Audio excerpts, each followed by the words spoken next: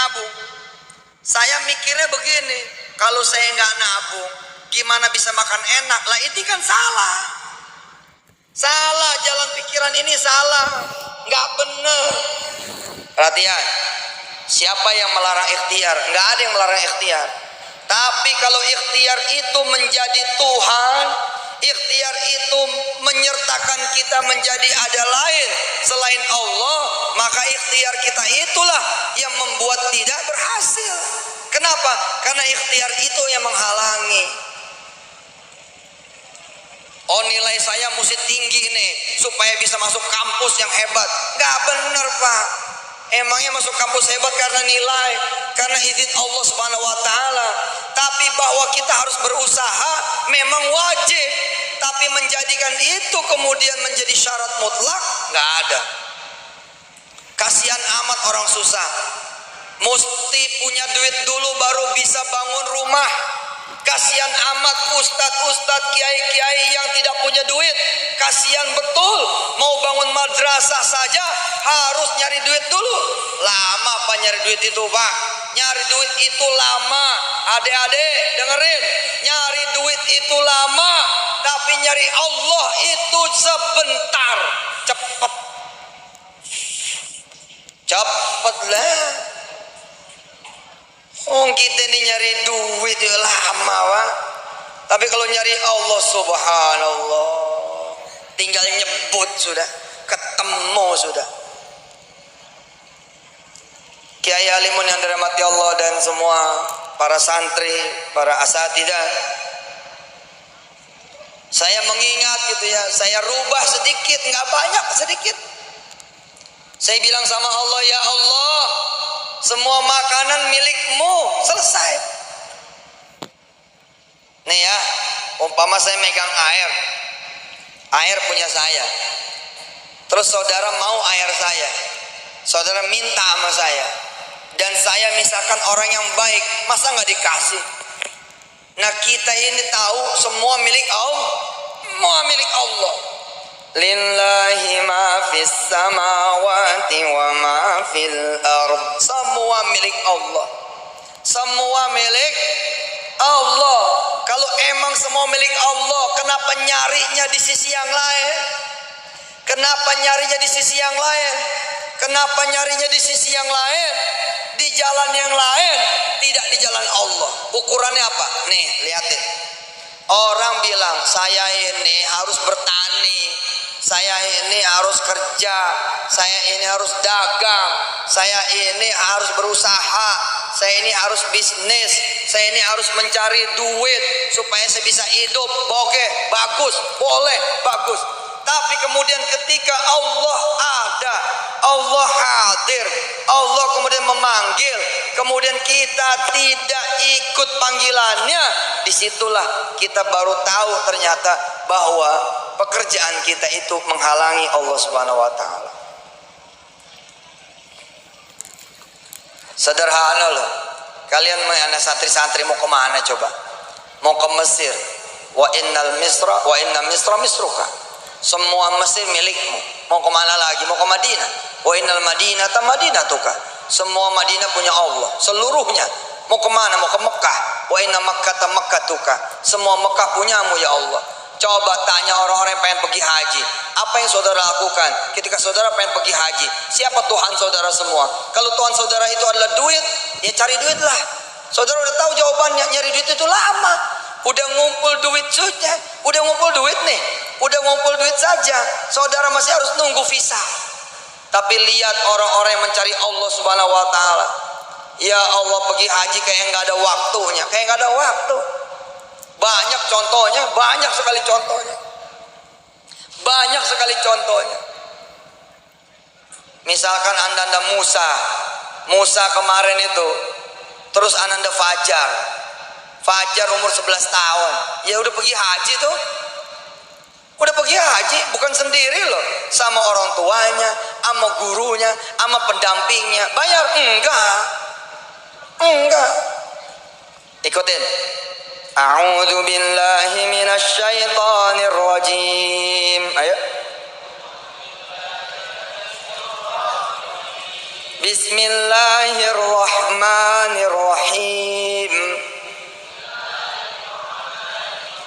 Li'ilafi Quraisy ilafihim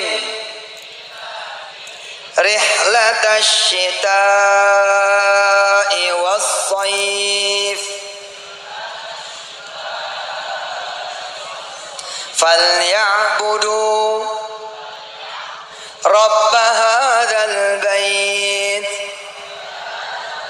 alladzi at'amahum min ju' wa amanahum min khauf. Kita disuruh menyembah siapa coba? Falyabudu rabb hadzal bait. Tapi kita bilang apa? Wah, visanya susah. Oh, kuotanya nggak ada. Oh, saya nggak punya tanah yang bisa saya jual. Oh, saya nggak punya rumah yang bisa saya tukar sama tiket. Oh, saya ini bukan orang kaya. Oh, saya ini orang susah. Loh, gimana? Kamu itu, saya, kita, kalian, semua yang hadir di sini, para kiai, para hujat, bahkan orang biasa, mesti paham bahwasanya kita disuruh menyembah siapa? Falyabudu rabb hadzal bait. Kita disuruh menyembah Allah, minta Gusti Allah, maka haji bukan cuma sekali kali, bisa terus-terusan. Saya ya diajarkan sama Allah dari mulai yang kecil itu makanan, saya bilang ya Allah, iya ya, ada makanan kalau engkau nggak ngasih makan ya nggak bisa juga. Ada makanan kalau nggak diizinkan sama Allah makan nggak bisa juga. Nyatanya begitu nggak ada makanan pun kalau kata Allah makan, makan juga. Kiai, di awal-awal perjalanan saya bawa pulang duit 7.000 perak. Bawa pulang duit 7.000 perak. Isi di rumah itu ada saya, istri saya, mertua perempuan, kemudian adik ipar saya. Berempat saat itu, belum lahir Wirda, belum lahir Kumi, belum lahir Kun, belum lahir Hafiz, belum lahir Aisyah, belum ada anak-anak. 7.000 saya bawa. Kita belajar nih sedekah. Kata Allah 7.000 kalau kita sedekah jadi 70.000. 7.000 ini kalau saya bikin, kalau saya beli, kalau saya belanja pecel lele, waktu itu cuman dapat kira-kira 2 bungkus. Apa 3 bungkus? Kurang 1 bungkus. Bismillah lah. Saya percaya sama Allah Subhanahu wa taala, 7.000 ini saya sedekahin. Kan nggak bawa apa-apa tuh. Nggak bawa apa-apa tuh. Tapi inilah Allah yang maha memberikan makanan. Begitu kemudian saya pulang, ya nyatanya ada makanan. Begitu saya pulang, datang tamu. Assalamualaikum Ustaz, gitu. Waalaikumsalam. Lihat jam 9. Masuk. Si tamu bawa pecel lele, bawa ayam goreng, bawa yang lain-lain. Padahal saya sudah bilang sama istri, Dek, kakak kerja dari pagi sampai sore, bawa Allah, nggak bawa duit. Jangan khawatir. Udah kayak di buku lah. Kan dulu di buku tuh kayak mustahil gitu loh. Yang begini nih kayaknya cuma cerita wali nih. Yang begini kayaknya cuma cerita dongeng gitu. Kan kita suka sering dengar dongeng kan, sering dengar kisah kan. Aku bawa Allah, kata si suami kepada si istri, atau kata si bapak kepada anak-anaknya, bapak bawa Allah lah.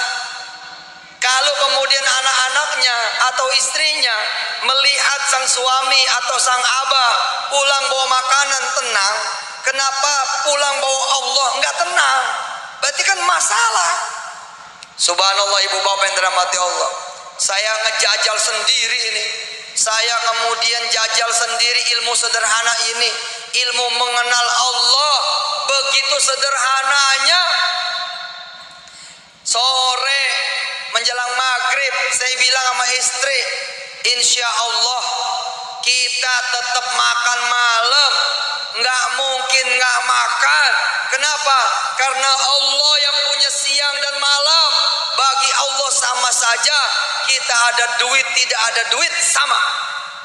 Wa huwallazi khalaqal laila wan nahara wasyamsa wal qamara kullun fi falaki yasbahun. Subhanallah Pak, saya bilang sama istri enggak meleset, saya bilang sama mertua enggak meleset, mereka juga enggak ngomong apa-apa, mereka cuma bilang enggak apa-apa sih, enggak makan malam juga enggak masalah. Ya apalagi hari ini orang-orang malah bilang makan malam yang enggak bisa, makan malam yang enggak boleh, makan malam yang enggak bagus, apalagi. Tapi Allah tuh betul, begitu kita yakinin malam jam 9 Ji, hitungannya udah nggak mungkin ada yang nganterin makanan, hitungannya udah nggak mungkin kita makan di kampung sama seperti di sini zaman dulu. Jam 7 udah sepi, kita udah mati-matiin lampu, bisa-bisanya jam 9 ada tamu Pak, sehingga makanan itu berlebih. Kita bisa ketok pintu tetangga kanan dan kiri, udah tidur belum? Udah tidur belum? Jangan tidur dulu, nih ada makanan. Betul Pak, luar biasa. Bagaimana mungkin saya kemudian tidak belajar? Saya bilang, ya Rob, rugi sekali orang yang tidak mengenal Allah. Dia punya duit masuk pasar tenang karena dia bisa belanja. Lalu kenapa kemudian saudara punya Allah tidak tenang? Saudara jadi panitia pembangunan masjid, siapa Tuhan Anda? Tuhan saudara, perlu saudara tanya dulu. Panitia masjid, ini masjid jadi gara-gara siapa? Kalau kemudian jawabannya adalah gara-gara donatur, itu yang menjadikan masjid nggak jadi. Nyari siapa? Nyari donatur nggak jadi. Tapi ketika kemudian pembangunan masjid nggak nyari donatur, nyarinya Allah, nggak rapat melulu sama manusia, rapatnya sama Allah. Pokoknya tuh asal pengajian doa, pengajian doa, pengajian doa, di atas tanah kosong doa, di atas tanah kosong doa, di atas tanah kosong doa. Ketemu kemudian guru minta doa, ketemu jamaah minta doa, satu orang Allah kirim, selesai itu masjid. Belajar banget. Ini adik-adik yang masih pada muda-muda, kalau saudara-saudara yang masih pada muda ngelihat orang tua, kecil juga pikiran kita. Aduh, orang tua kita orang kampung, bagaimana caranya membiayai kita kuliah di Jakarta, di kota Semarang, di kota-kota besar. Bagaimana mungkin orang tua saya kemudian membiayai saya bisa kuliah kemudian di Tanah Suci, di Madinah, di Yaman, di Syria. Bagaimana mungkin orang tua saya membiayai saya ke Mesir? Nggak bakal jadi itu. Tapi kalau kalian semua yang muda-muda, santri-santri Kiai Alimun mempercayai bahwa semua ini milik Allah, lalu kemudian mau bangun malam, beres urusan. Jangan santri yang punya 30 juz, jangan santri yang punya 20 juz, jangan santri yang punya 10 juz, jangan santri yang punya 5 juz, jangan santri yang bisa 1 juz, jangan santri yang ada hafalan walaupun beberapa ayat. Saya mengenal orang yang bukan penghafal Quran, tapi Tuhannya Allah. Tahun 96 dia bilang sama orang tuanya, tahun 94 dia bilang sama orang tuanya, 94 bukan di Jakarta, bukan di Semarang, bukan di Demak, bukan di Pulau Jawa, tapi di Makassar, di Indonesia bagian timur. Itu pun bukan di kota Makassar, melainkan 600 kilo dari kota Makassar. Tahun 94 kayak apa coba? Tahun 94 kayak apa coba di Indonesia bagian timur? Setelah Yusuf Kala menjadi wakil presiden, alhamdulillah, dan pembangunan pun menjadi pesat. Tapi tahun 94, jangankan 600 kilo dari kota Makassar, kota Makassarnya sendiri pun bisa jadi pada saat itu belum semaju sekarang. Nggak ada internet, nggak ada TV, dan nggak ada handphone tahun itu. Tahun 94 ada seorang anak pelajar kelas 1 SMA, bukan pesantren, kenal Allah cuman sedikit, tapi mantep. Dia ngomong sama orang tuanya, ngomong sama ibunya, dalam keadaan orang ini miskin, enggak punya, enggak mampu, tinggal di kampung. Sekali lagi saya bilang 600 kilo. Sahabat saya cerita kepada saya, untuk nyampe ke kampung dia perlu perjalanan 2 hari, Pak. Perlu perjalanan 2 hari dari kota Makassar. Lah kalau naik kapal laut dari Jakarta, maka perjalanannya itu seminggu. Kok bisa 2 hari? Ya, karena cuma 30 kilo yang bisa dilalui naik mobil, sisanya kemudian jalan kaki. Kebayang nggak? Ternyata di tempat yang seperti itu, hutan, ternyata Allah pun ada di sana. Bukan main yang dia inginkan. Apa yang diinginkan oleh anak ini? Menjadikan kemudian orang-orang Demak, siapapun yang punya impian, menjadi yakin bahwa memang Allah itu segala-galanya. Tabarakalladzi biyadihil mulku wa huwa ala kulli syai'in qadir. Tabarakalladzi biyadihil mulku wa huwa ala kulli syai'in qadir. Baca bareng. Tabarakalladzi biyadihil mulku wa huwa ala kulli syai'in qadir. 94 ibu bapak yang dirahmati Allah. Anak ini bicara sama ibunya, saya mau kuliah di Amerika. Coba ngimpi nih, ngimpi. 94 ya salam, 2016 saja belum tentu anak-anak pesantrennya Kiai Alimun berani ngomong saya mau kuliah di Mesir. Belum tentu berani, belum tentu kepikiran, belum tentu keingetan, belum tentu. Banyak diantara kita-kita yang gak punya mimpi apa-apa. Ini anak 94, Ustaz Rasyidun 94 ngomong saya mau ke Amerika. Mak, saya mau ke Amerika. Jawaban ibunya itu hebat sekali. Apa jawaban ibunya? Kamu mau ke Amerika? Iya. Siapa yang kamu kenal yang bisa bawa kamu ke Amerika? Nggak ada. Kamu tahu siapa tuh Amerika? Punya siapa itu Amerika? Punya Allah. Ya sudah, nanti malam kita bangun malam, kita minta sama Allah supaya kamu bisa nyampe ke Amerika. Wih, hebat itu. Nggak nyari duit loh, Pak. Nggak ikhtiar loh, Pak. Kalaupun harus nyari duit, kayak apa sih tangannya? Kayak apa kakinya? Kayak apa ikhtiarnya? Orang di kampung kok. 600 kilo itu jauh loh, Pak. Demak Batang itu berapa kilo dari sini? 200 kilo, berarti 3 kali tuh. Demak Batang, Demak Batang. 600 kilo loh. Bukan main itu. Anak ini kemudian sholat malam, Pak. Sholat malam 94, 95, 96 lulus SMA.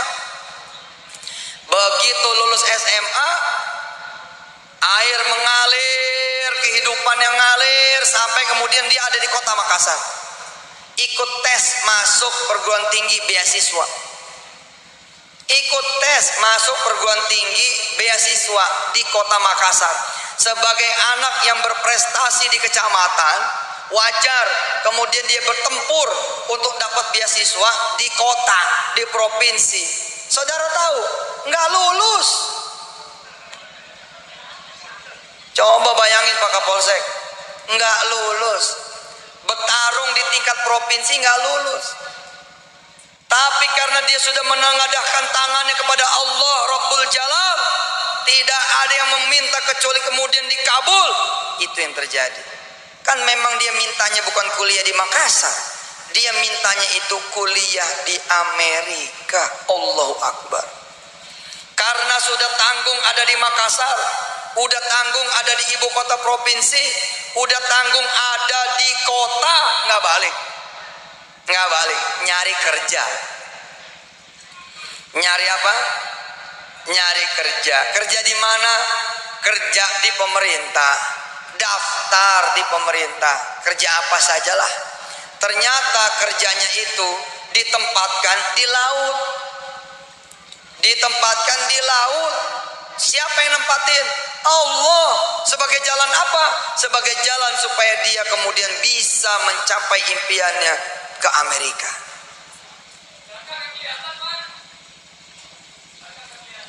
Ya mau gimana lagi? Yang penting dengar suaranya. Ya belakang memang gak kelihatan, tapi yang belakang duluan ngelihat saya tadi. Yang belakang memang tidak ngelihat saya sekarang, tapi yang belakang tadi duluan ngelihat saya. Sebelum saya datang yang belakang dulu yang ngelihat. Alhamdulillah.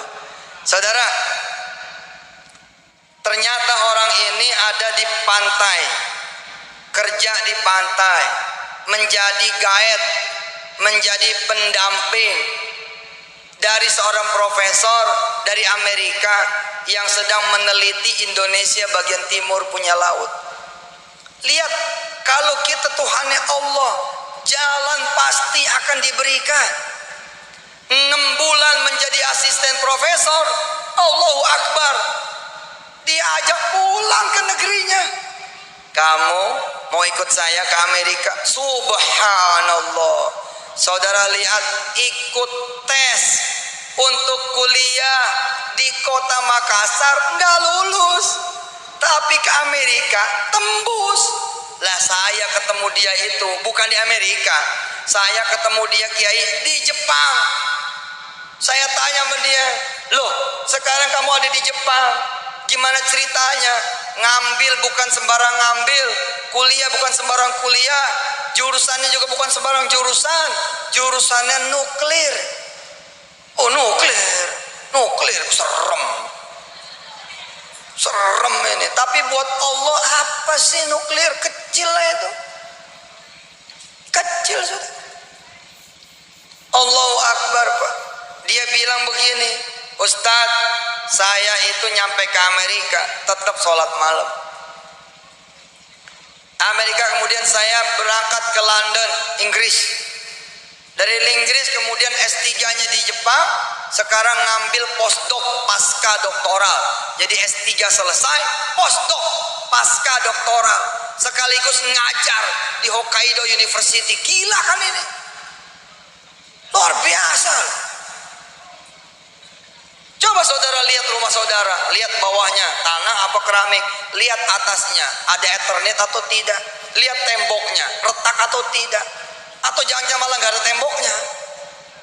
Oh iya rumah saya begitu Pak zaman dulu. Tanya Ustaz Rosidun, tanya Ustaz Ahmad. Nggak ada Pak, pesantren dulu kami nyewa Pak, 80 meter zaman Ustaz Rosidun di awal itu nyewa 80 meter nyewa. Ya Allah, kalau bukan kebaikan dari Allah Subhanahu wa taala, lewat orang kampung nggak bakal ada itu. Allah hadirkan Ustaz Basuni dan kawan-kawan, nggak bakal ada itu pesantren. Allah hadirkan Ustaz Ahmad, nggak bakal ada kalau nggak ada Ustaz Ahmad itu, nggak bakal. Tapi itulah Allah Subhanahu wa taala. Kemarin saya dikasih sama Allah leher nggak bisa digerakin. Nyampe ke kota suci Makkah, begitu nyampe ada jamaah ngomong begini, Ustadz, saya ini umroh pengen khidmat sama antum, jadi tolong kalau emang antum capek, aneh pijitin. Saya yang merasa sehat, merasa nggak penting gitu loh. Enggak lah, saya sehat insya Allah. Kan kalau kita nggak pegel dipijitin tuh ya masalah gitu.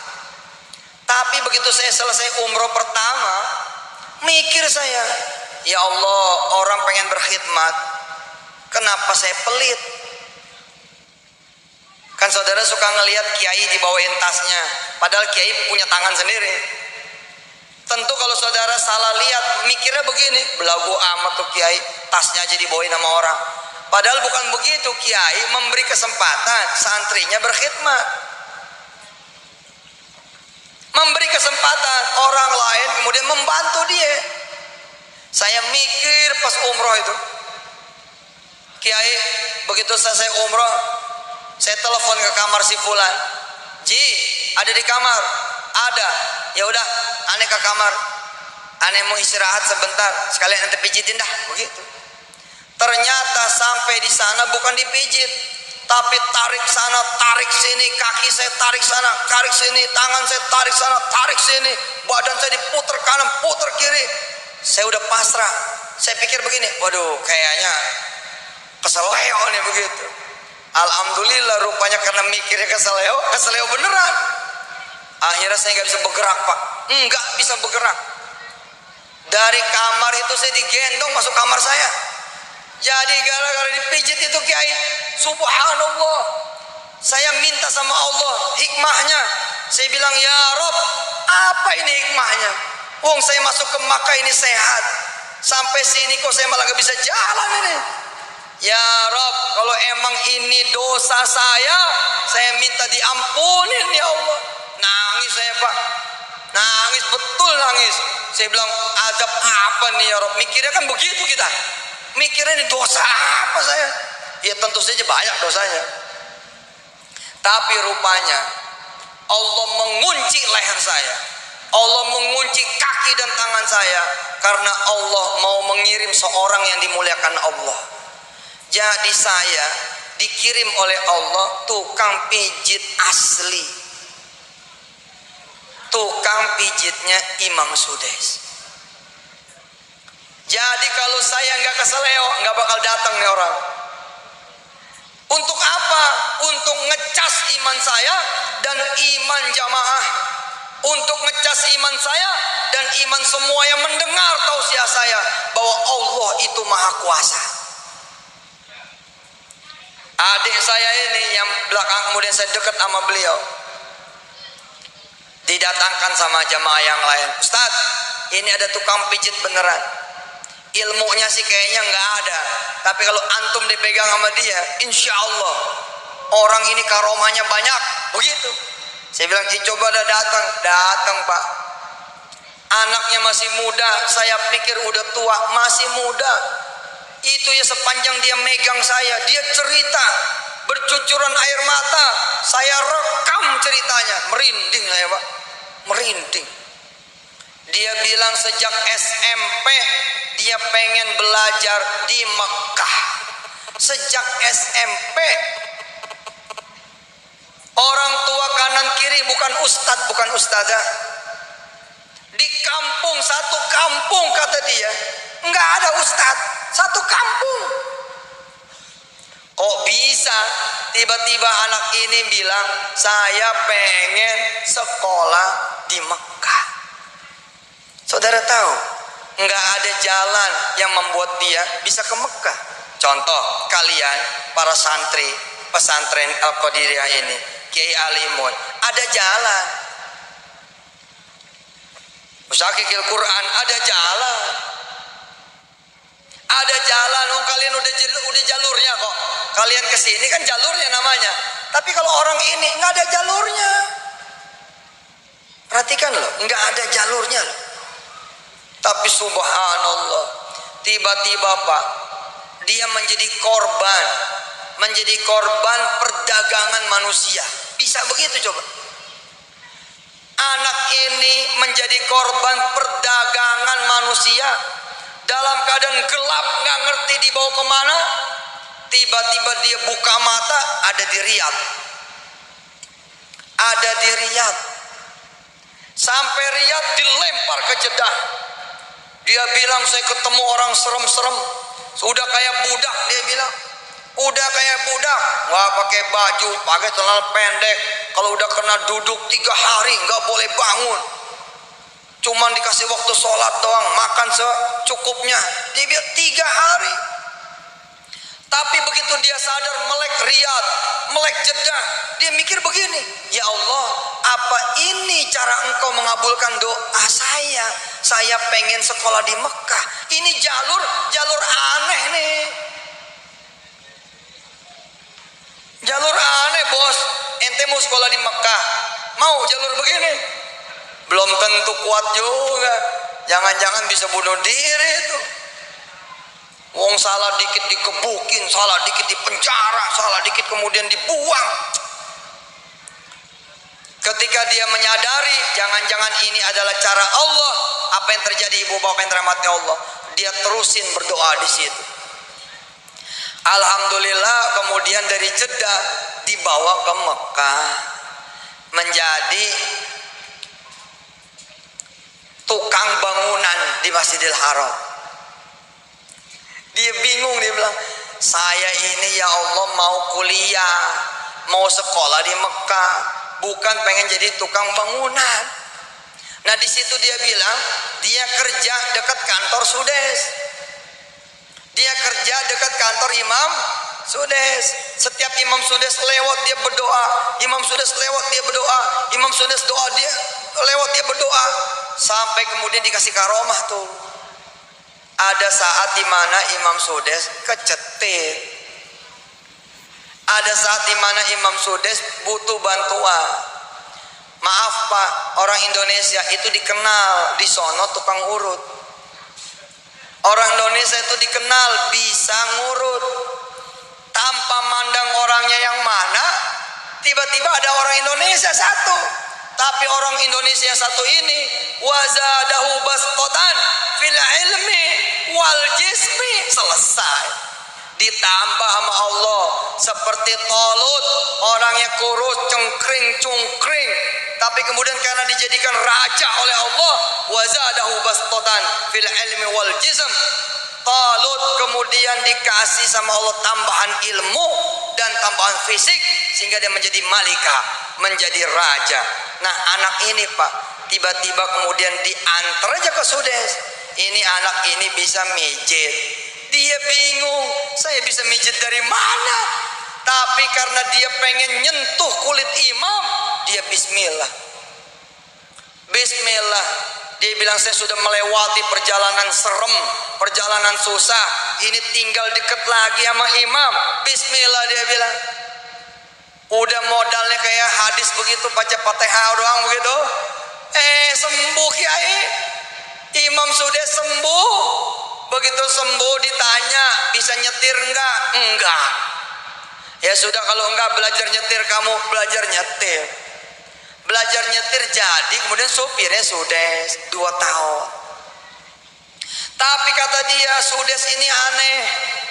Setiap kali dia disuruh, bukan disuruh ngepel, bukan disuruh nyapu, bukan disuruh mijitin, bukan disuruh nyetir. Disuruh apa coba? Kamu pergi ke haram, kamu belajar Quran di sono. Ya Rabb, lihat bagaimana Allah mengatur. Orang miskin kalau ngatur sendiri duitnya nggak bakal cukup.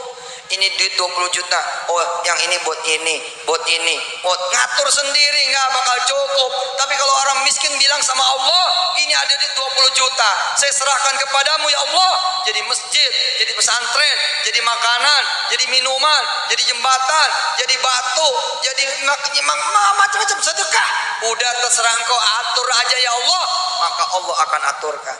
Lihat hamba Allah yang satu ini diaturin sama Allah. 2 tahun belajar Quran di haram jadi hafiz. Ngadep lagi sama Sudes. Ya Imam, saya pengen kuliah di Ummul Qura. Imam Sudes ketawa. Kamu ini gimana caranya ya bisa masuk kuliah? Maaf Pak, yang masuk kuliah itu kan sorry yang punya ijazah, betul? Betul? Tapi kata siapa? Syarat itu dari siapa? Allah biduni syurut, Allah bidun syartin. Allah itu tanpa syarat. Kenapa? La ilaha illallah wahda la syarikalah, lahul mulk wa lahul hamd, yuhyi wa yumitu wa huwa ala kulli syai'in qadir. Anak ini memang tidak punya ijazah, tapi anak ini punya Allah. Hebat Pak. Mana yang lebih hebat? Ijazah sama Allah. Nggak ada urusan ijazah kertas ya.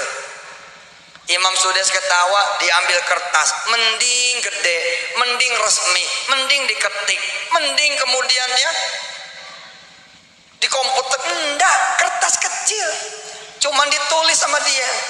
Yang bawa surat ini, yang bawa tulisan ini anak saya. Cuman begitu ngomongnya. Alladzi yahmilu hadhihi risalah ibni, dia bilang. Yang bawa surat potongan kit'ah min risalah ini ibni, anakku, kata Sudes. Apa kata Sudes, Imam Sudes hafizahullah taala? Nah, begitu kira-kira bahasa Indonesianya. Kamu bawa ini ke rektornya Ummul Qura. Gila nggak tuh?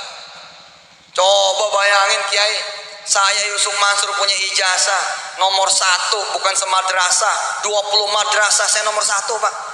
Izin Allah walillahilham.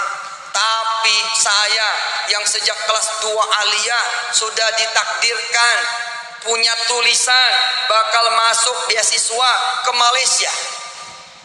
Kemudian kelas 3 aliyah ditasbih juga oleh kementerian bakal masuk Mesir tanpa tes. Bisa-bisanya nggak masuk. Saya ya putra kiai, kakek saya kiai, buyut saya ya kiai. Yo Mesir ada treknya. Keluarga saya di sono ya banyak. Ada, tapi kalau kata Allah enggak. Buktinya apa coba? Teman-teman saya Irfan Salim udah berangkat, yang lain udah berangkat, ada ujian ini, kok saya belum gitu. Sampai kemudian akhirnya saya ngadep kepala sekolah, saya ngadep mudirul ma'had, mudirul madrasah, saya tanya sama Mustafa Zain, kepala sekolah saat itu almarhum. Assalamualaikum Ustaz. Waalaikumsalam. Masuk Yusuf, masuk. Duduk saya. Saya nanya Pak, Ustaz, berkas saya sampai mana? Kok yang lain sudah psikotes, sudah tes kesehatan, sebagian sudah masuk ke kutab, kok saya belum dipanggil ya? Tiba-tiba Mustafa Zain ngomong begini, Kiai, astagfirullah, berkas kamu masih ada di lemari saya. Coba bayangin itu, bagaimana kalau Allah sudah bekerja. Dulu saya nyeselnya minta ampun, tapi saya mikir lagi gitu sekarang. Iya bener, kalau saya dulu jadi kuliah di Mesir, lain juga ceritanya. Nggak bakal saya bisa ada di Demak ini. Allahu Akbar. Lihat ya perjalanan anak ini seru. Dikit lagi selesai ini tausiah. Ibu bapak yang dirahmati Allah, Allah karim, antallah, la ilaha illallah, al-ahadus samad, lam yalid walam yulad, walam yakul lahu kufuwan ahad. Anak ini Pak dengan seragam biru-biru kan, kalau di hijau-hijau, kalau di tanah suci kan hijau-hijau tuh. Celana ngatung segini, pakai peci dongak, baju-baju pegawai, tiba-tiba bawa surat. Masuk ke kantor Ummul Qura. Ini universitas yang sudah melahirkan diantaranya Said Agil Sirat sampai S3. Ketua PBNU itu S3-nya di sono, di Ummul Qura. Saudara, tiba-tiba ini ada tukang sapu, office boy, supir, Imam Sudes datang ke kantor Ummul Qura. Kira-kira UI-nya begitu atau Undip-nya begitu. Datang nih, begitu datang dilarang sama satpam. Kamu siapa ini? Kok masuk sini? Gitu. Dia keluarkan kertas, dikasih ke satpam si Ummul Qura itu.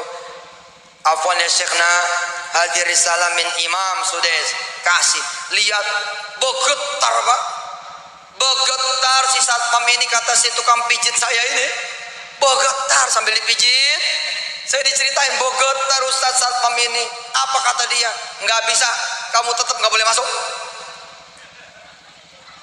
Kirain udah ada surat boleh masuk. Nggak bisa, kamu nggak boleh masuk. Tunggu sebentar. Si satpam ngebrit masuk ke dalam. Ngapain coba? Anak ini disemprot minyak wangi. Jadi rupanya anak ini bau. Nggak bisa temu sama rektor jamiah dalam keadaan seperti itu. Jadi si satpam lari ke dalam ngambil minyak wangi. Anak ini disemprot, serot. Sudah, kamu masuk sono. Masuklah dia ke sana. Akhirnya kemudian rektor langsung melihat dan langsung dibilang, anta ibna Sudes, al-an anta ibni Aidan. Ente anak Sudes, sekarang ente juga anak aneh, kata rektor. Allahu Akbar. La ilaha illallah Muhammadur Rasulullah. Luar biasa ini. Luar biasa. Ayo, orang miskin kalau ikut aturan umum mau bangun rumah, yuk mesti ada duit. Kalau nggak ada duit mesti ngutang. ngutang ke tukang besi lah, ngutang tukang kayu lah. Makanya jangan pakai aturan manusia, pakailah aturannya Allah. A'udzu billahi minasyaitonir rajim. Ayo, ikutin. A'udzu billahi minasyaitonir rajim.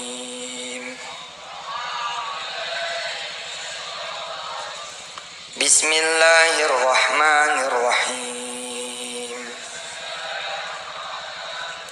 Tabarakalladzi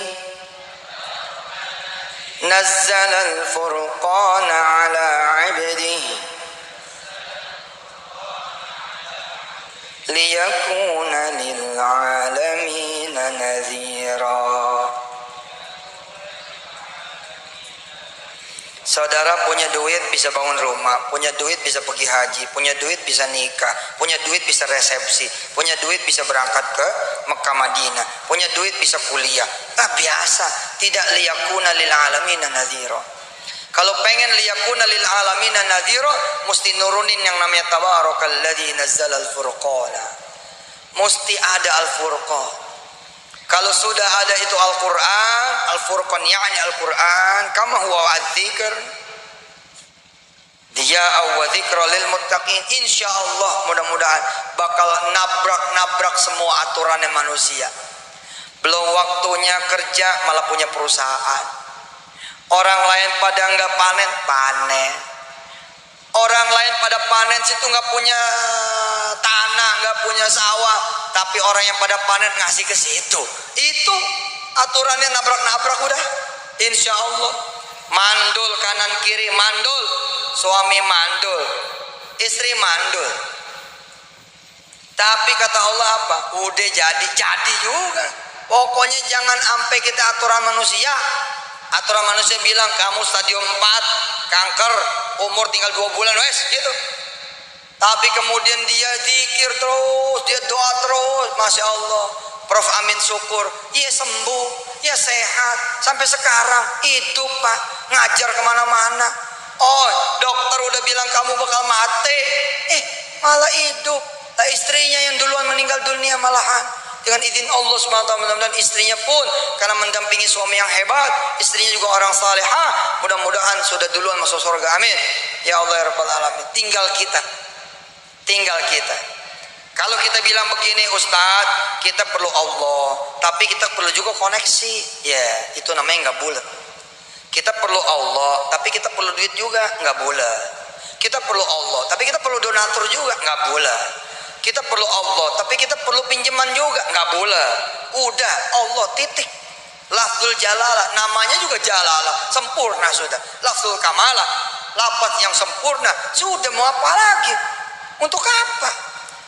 Nih ibu bapak yang dirahmati Allah, kalau ke Jakarta perlu tiket nggak? Ayo yang keras jawabannya. Kalau ke Jakarta perlu tiket nggak? Kata siapa? Nggak perlu Pak. Saya nggak pernah lihat tiket saya Pak. Loh bener sumpah Pak. Saya kesini ini nggak pernah lihat tiket saya. Pokoknya naik aja begitu.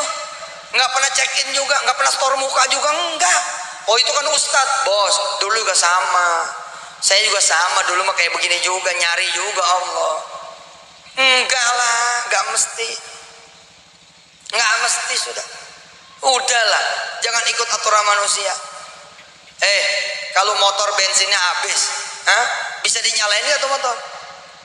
Bisa dibawa jalan nggak tuh motor? Kalau nggak bisa dibawa jalan, saudara bisa ke kantor tidak dengan motor yang tidak ada bensinnya? Jangan mempersempit, luaskan dengan Allah yang menjadi Tuhan saudara. Yang bisa memberkatkan aku bukan motorku, yang bisa memberkatkan aku bukan bensin, Allah. Kalau sudah Allah, maka Allah akan kirimkan keajaiban-keajaibannya. Ada orang lah datang, Ji, belum jalan, belum, ayo bareng, subhanallah. Nggak perlu beli bensin lagi, nggak perlu nyuci motor lagi. Berlangsung berminggu-minggu orang ini jemput antar, jemput, antar. Selama itu orang ini nggak pernah ngidupin lagi bensin, nggak pernah ngidupin lagi motornya, nggak pernah nyetater lagi kunci, nggak pernah, nggak kepake. Di minggu ketiga orang ini ngomong, kalau kamu emang butuh motor buat malam, ya sudah, motor saya taruh di rumah kamu. Subhanallah.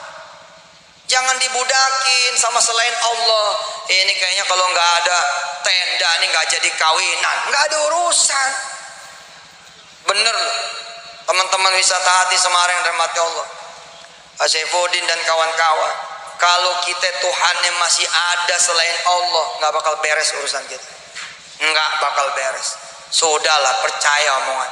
Nggak bakal beres. Kita bakal beres semua urusan kalau Tuhan kita adalah Allah. La ilaha illallah, la ilaha illallah, la ilaha illallah, Muhammadur Rasulullah, la ilaha illallah, la ilaha illallah, la ilaha illallah, Muhammadur Rasulullah, la ilaha, la ilaha, la ilaha illallah, Muhammadur Rasulullah. Al-Fatihah.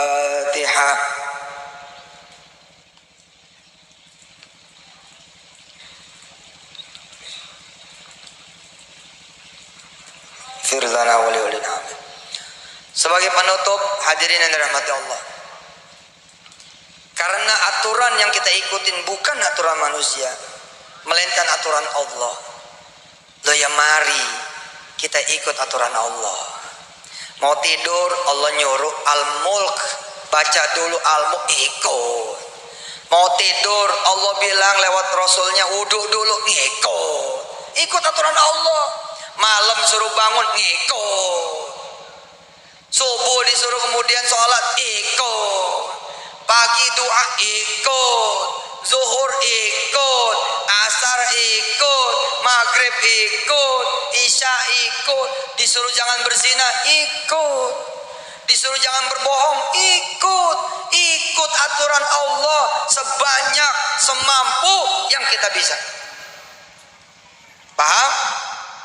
Kita sedang tidak ikut aturan Allah. Lihat, untuk saudara kuliah di UI, harusnya kan SD, SMP, SMA, habis itu ikut SMPTN, betul?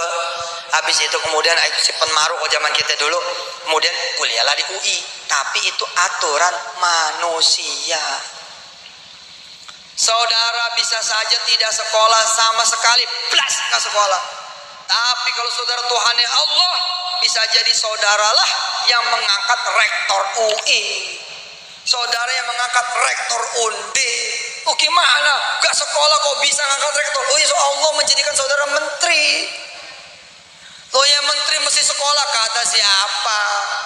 Lah kalau Presiden Yusuf Mansur, kita akan bikin peraturan baru, sudah. Yang penting bisa. Lo buktinya bisa, Menteri Susi bisa juga jadi menteri, betul tidak? Orang pada ngecilin, ngeremehin, ngelemahin dan segala macam, terus jalan. Oh yang punya presiden kok, presiden udah dia jadi menteri, jadi Pak. Besok ini kalau kata Allah jadi, enggak sudah.